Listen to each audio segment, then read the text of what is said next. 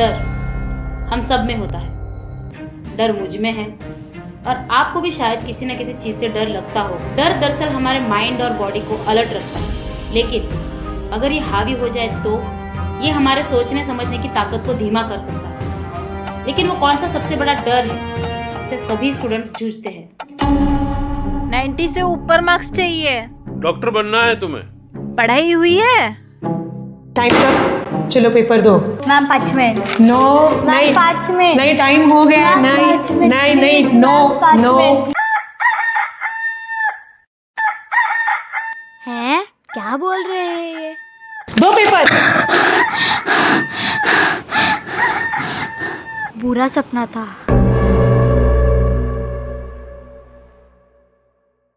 डर क्या है? डर एक भ्रम है जो सच से कई दूर है। जो चीज फ्यूचर में हुई नहीं उससे हम डरने लगते हैं। बचपन में आप भी किसी न किसी चीज से डरते होंगे। अगर आप बचपन में अपने मैथ से अच्छे से डरते होंगे तो अभी बड़े होने के बाद आप अपने बॉस से डरते हैं। कहने का मतलब है हमारे अंदर का बचपन का डर अभी भी हमारे अंदर ही है, बस फर्क है चीजें बदल चुकी है। जैसे कि अभी आपको शायद डर होगा अपने करियर का फेल होने के लिए, अभी आपको डर होगा कि अपने रिश्ते ना टूट जाए, अभी आपको डर होगा कि आपको फाइनेंशियल फ्रीडम ना मिल पाए। डर होना कोई बुरी बात नहीं है, लेकिन अगर ये डर आप पर हावी हो जाए तो आप क्या करेंगे? मैम मुझे आपसे बात करनी है। हाँ बोलो ना। मैम मुझे ना एग्जाम से बहुत डर लग रहा है, मैं कुछ प्रिपेयर भी नहीं कर पा रही हूँ। अच्छा ऐसा है, एक काम करते हैं, स्कूल के बाद तुम मुझे मिलो, हम इसके ऊपर बात करेंगे। गार्डन में मिलना। Okay okay okay bye. Bye Hina. Hina के तरह ही बहुत सारे स्टूडेंट्स एग्जाम के प्रेशर में आकर ठीक से प्रिपरेशन नहीं कर पाते, और अगर ये डर इन पर हावी हो जाए तो ये बच्चे सुसाइड करते हैं। एनसीआरबी के मुताबिक इंडिया में हर रोज 28 स्टूडेंट्स सुसाइड करते हैं। क्यों? उनको एग्जाम का प्रेशर हैंडल ही नहीं होता, और रिपोर्ट में भी बताया गया है कि एग्जाम का प्रेशर ही सबसे बड़ी वजह है। ऐसा क्यों होता है? तो क्या इसलिए हम एग्जाम बंद कर दें? नहीं, हमें बच्चों को स्ट्रेस मैनेजमेंट सिखाना चाहिए। और वो कैसे?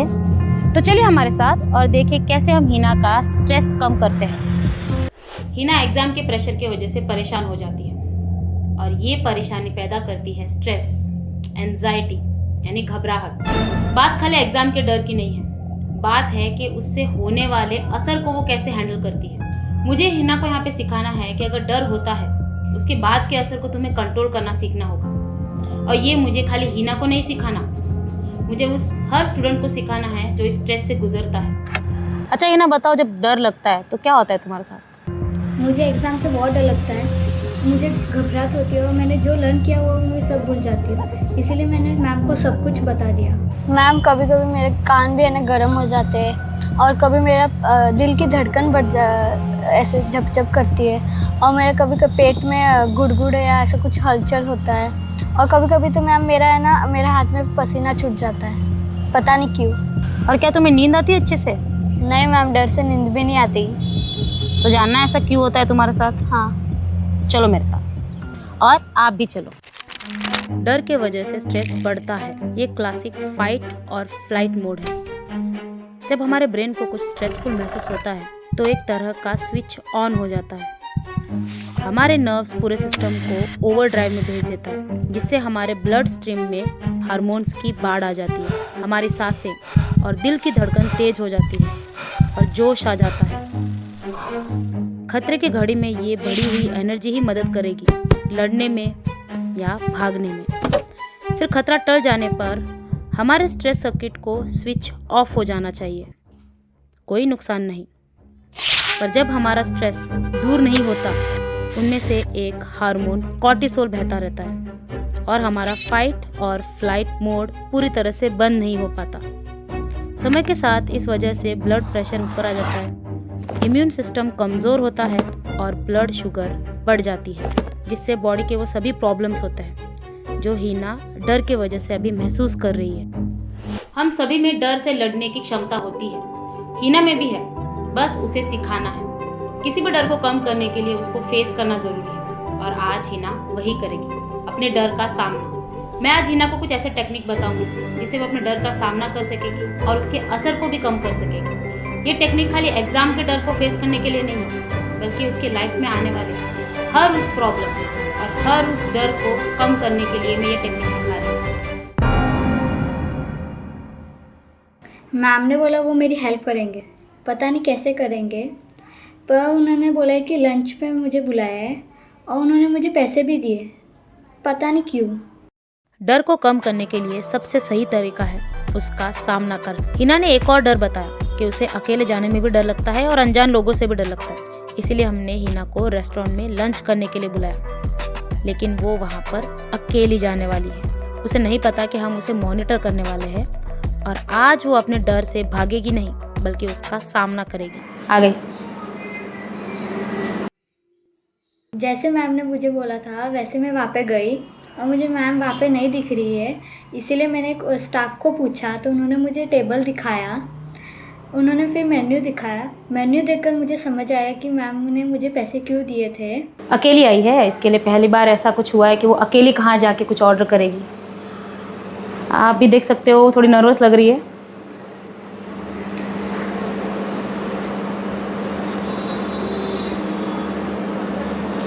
अब देखते हैं ऑर्डर क्या करती है। मैंने मेन्यू में से मंचूरियन ऑर्डर किया।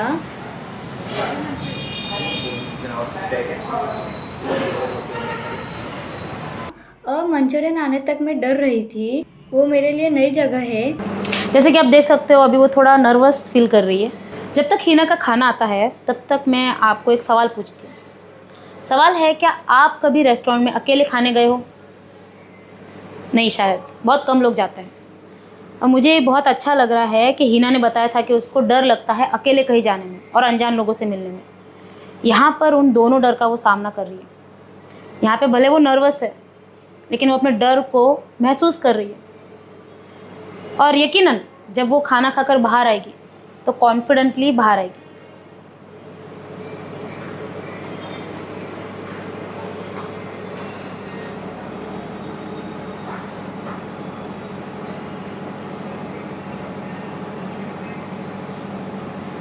जैसे कि मैंने आपको बताया था, डर है क्या। हमें बचपन में किसी और चीज़ से डर लगता है, बड़े होते होते वो चीज़ बदल जाती है, लेकिन डर अपने अंदर ही रहता है। यहाँ पर भी हिना को डर एग्ज़ाम का है, लेकिन हमने आज हिना को वहाँ पे क्यों भेजा अकेले रेस्टोरेंट में खाना खाने के लिए, ताकि वो अपने डर को फेस कर सके। डर कुछ भी हो, चाहे वो एग्ज़ाम का डर हो या अकेले बैठने का डर हो या बाहर जाने का डर हो। डर हमें सेम फीलिंग कराता है, इनसिक्योरिटी, स्ट्रेस, एंजाइटी।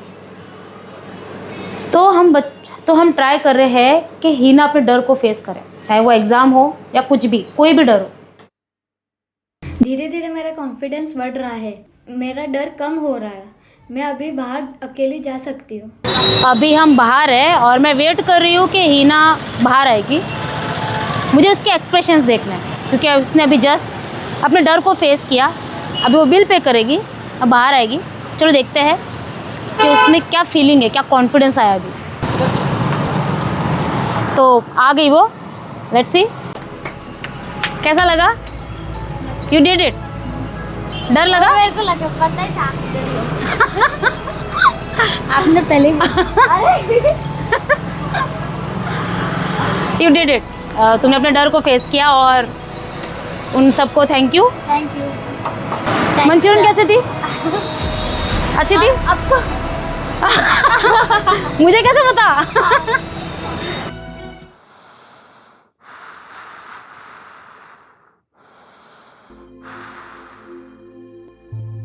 डर पैदा करता है घबराहट और तनाव, और इसी डर के असर को कम करने के लिए कुछ और तरीके भी हैं। इसमें से एक और है डीप ब्रीदिंग या बॉक्स ब्रीदिंग। बॉक्स ब्रीदिंग, अब ये क्या है?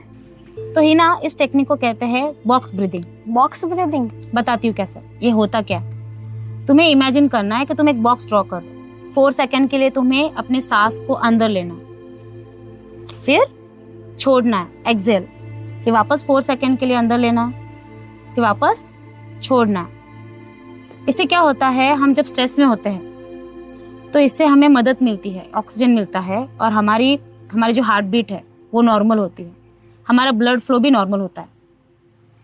तो इसे हम प्रैक्टिस करेंगे ताकि तुम्हारा डर का असर कम हो सके। Breathe in,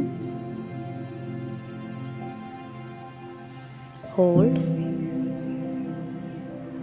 breathe out,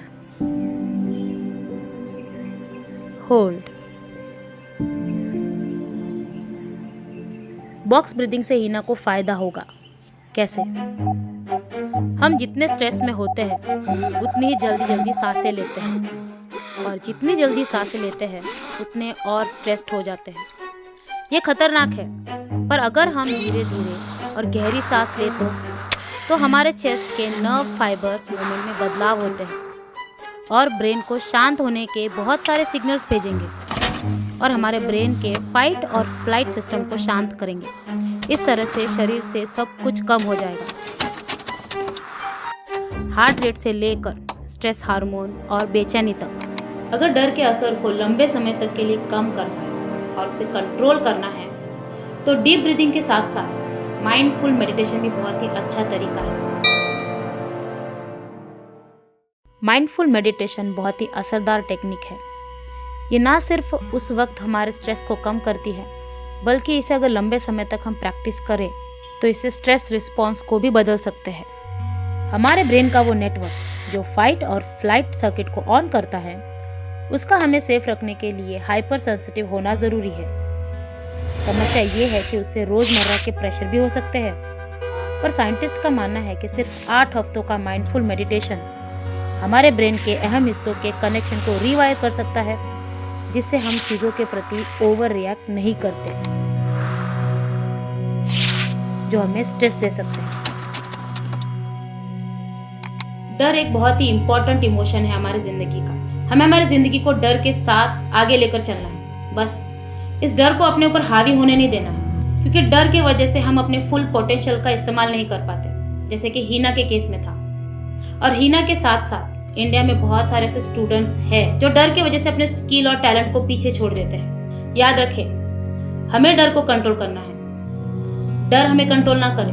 और ये सभी टेक्निक आप अपने बच्चों को सिखाएं, ताकि बड़े होकर आपके बच्चे गर्व से कह सके कि ये मुझे मेरे पेरेंट्स ने सिखाया था कि डर को कैसे काबू में रखना है। अब मुझे एग्जाम से डर नहीं लगता। आने दो एग्जाम को। उम्मीद है आपको ये वीडियो अच्छा लगा होगा। जाने से पहले मेरी एक रिक्वेस्ट है, बचपन में आप अपने डर को कैसे हैंडल करते थे, हमें ज़रा कमेंट सेक्शन में लिख कर बताइए।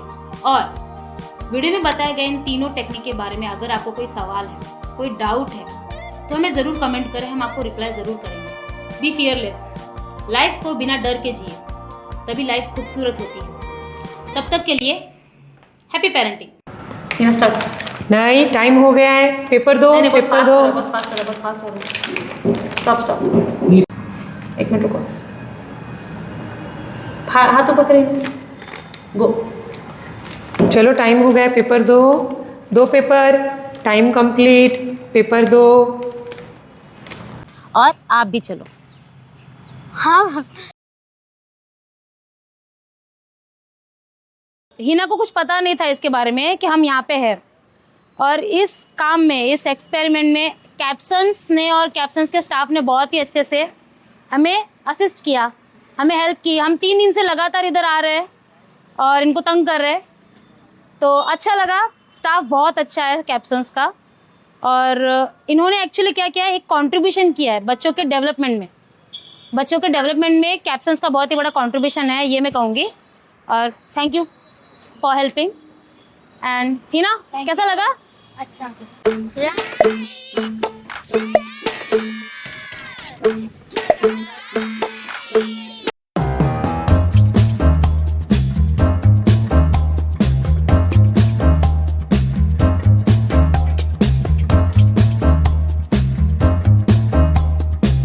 आप भी अपने बच्चों के क्रिएटिविटी को सपोर्ट करने के लिए इस एड्रेस पर उनके ड्राइंग्स को भेज सकते हो, या फिर हमें ईमेल कर सकते हो, ताकि हम दुनिया के सामने आपके बच्चों के टैलेंट को रिप्रेजेंट कर सकें।